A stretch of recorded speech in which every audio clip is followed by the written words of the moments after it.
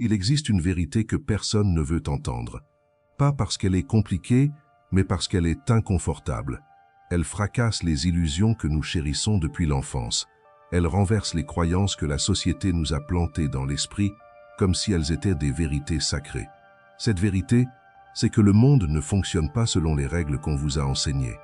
Et ceux qui ont compris cela, silencieusement, froidement, lucidement, ont cessé d'être victimes pour devenir architectes de leur propre destin.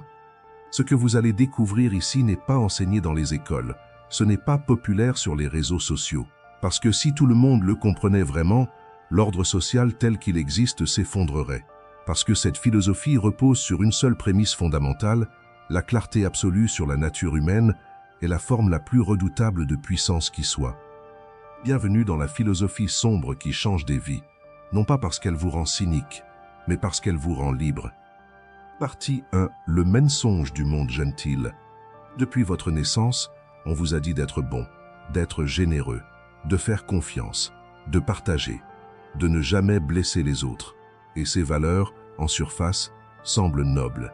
Mais voici ce que personne ne vous a dit, dans un monde où la majorité des gens opèrent par intérêt propre, la bonté non stratégique n'est pas une vertu, c'est une cible. Regardez autour de vous. Les personnes qui avancent le plus rapidement dans leur carrière ne sont pas toujours les plus compétentes. Ce sont souvent celles qui savent naviguer les structures sociales, gérer les perceptions et utiliser les relations avec une précision chirurgicale. Ceux qui réussissent le plus dans les relations amoureuses ne sont pas nécessairement les plus sincères. Ce sont souvent ceux qui comprennent la psychologie du désir et du manque.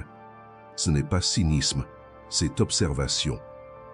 Machiavel l'avait compris il y a des siècles. Il avait osé dire ce que les philosophes de son époque refusaient d'admettre, que le monde réel et le monde idéal sont deux choses radicalement différentes, et que gouverner sa vie en fonction du monde idéal dans un monde réel, c'est se condamner à souffrir.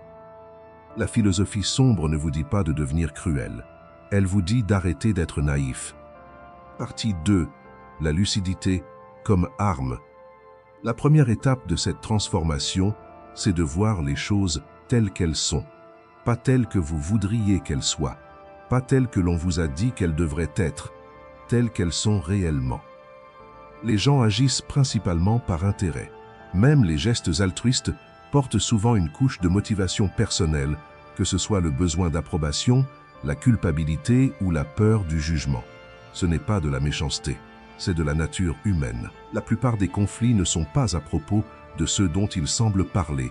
Une dispute sur la vaisselle n'est pas une dispute sur la vaisselle. Une altercation professionnelle sur un projet n'est pas à propos du projet. Ce sont des luttes de territoire, de reconnaissance, de pouvoir et d'ego. Les relations se maintiennent non pas par amour seul, mais par utilité mutuelle, par équilibre des forces, par réciprocité réelle ou perçue. Quand une relation cesse d'être utile pour l'une des parties, elle s'érode, quelle que soit la profondeur déclarée du sentiment. Celui qui voit cela clairement ne souffre pas de la trahison de la même façon. Il ne souffre pas de l'abandon de la même façon. Il ne souffre pas de l'ingratitude de la même façon, parce qu'il n'attendait pas quelque chose d'impossible. Il avait les yeux ouverts depuis le début. C'est ce que la philosophie sombre appelle la lucidité cruelle.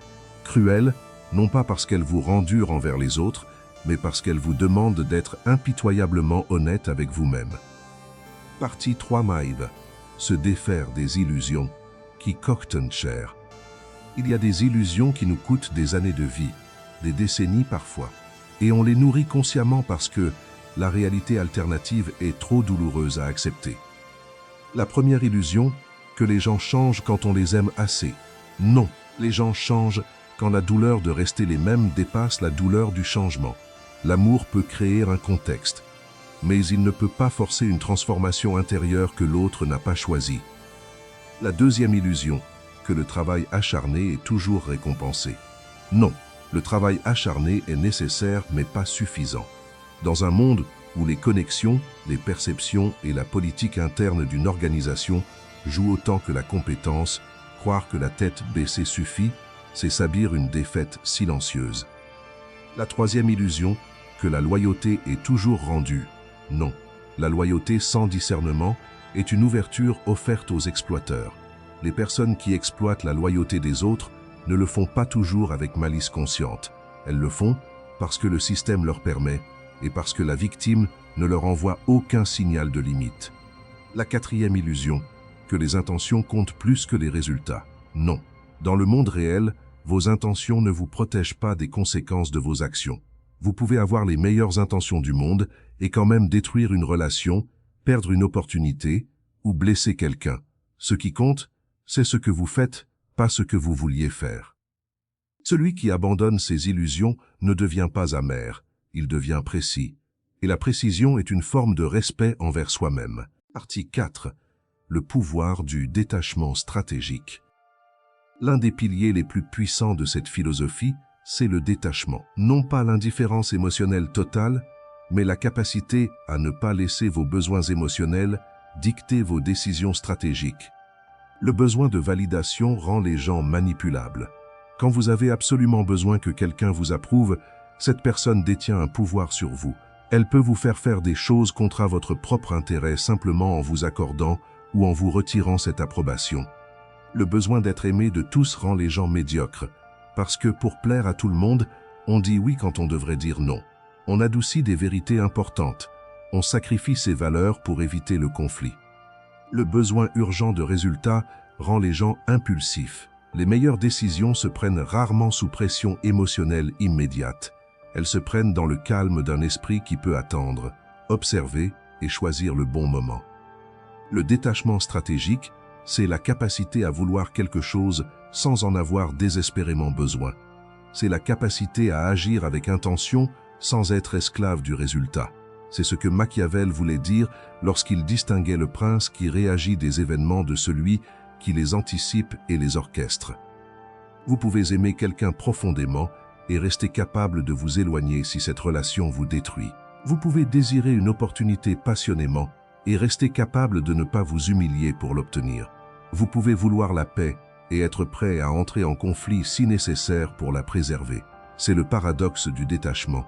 Il ne vous rend pas moins humain, il vous rend plus entier. Partie 5. Nous lire les jeunes, avant qu'ils ne parlent. Une des applications les plus concrètes de cette philosophie, c'est le développement d'une lecture précise des êtres humains.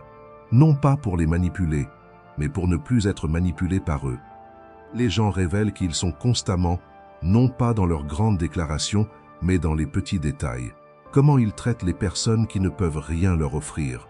Comment ils réagissent quand un plan échoue et qu'il faut assigner une responsabilité. Comment ils parlent des absents. Comment ils gèrent leur propre inconfort face au succès des autres. Le ranceur déguisé en sarcasme. La peur déguisée en agressivité. L'insécurité déguisée en arrogance. La dépendance déguisée en générosité.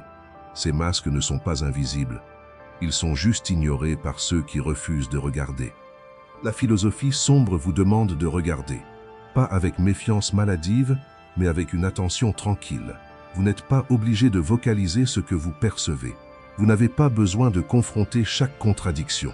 Parfois, la chose la plus puissante est simplement de savoir et d'ajuster vos décisions en conséquence, en silence. Parce que quand vous savez vraiment à qui vous avez affaire, vous ne pouvez plus être surpris par leur comportement.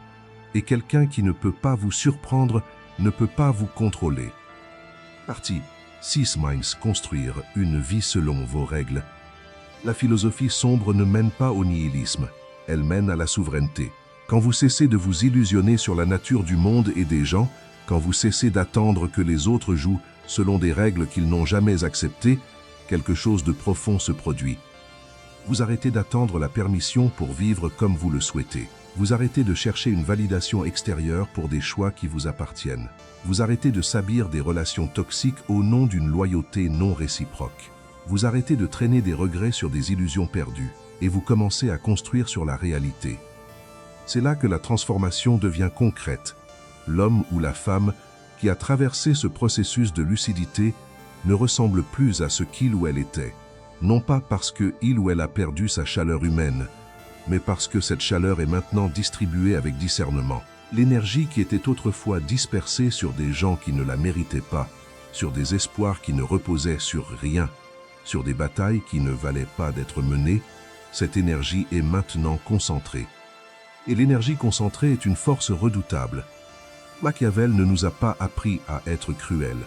Il nous a appris que refuser de voir le monde tel qu'il est, c'est se condamner à en être la victime. La philosophie sombre n'est pas une invitation au cynisme, c'est une invitation à l'éveil.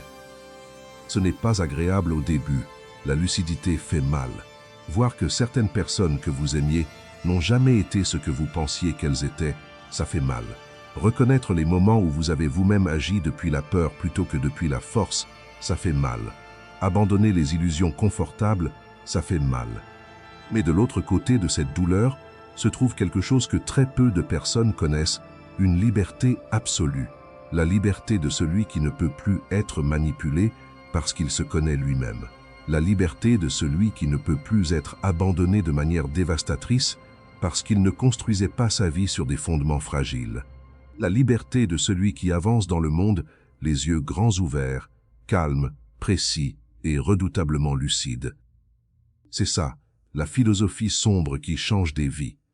Non pas parce qu'elle vous dit quoi faire, mais parce qu'elle vous donne enfin le courage de voir. Et une fois que vous avez vu, vous ne pouvez plus revenir en arrière, ni ne le voudrez jamais.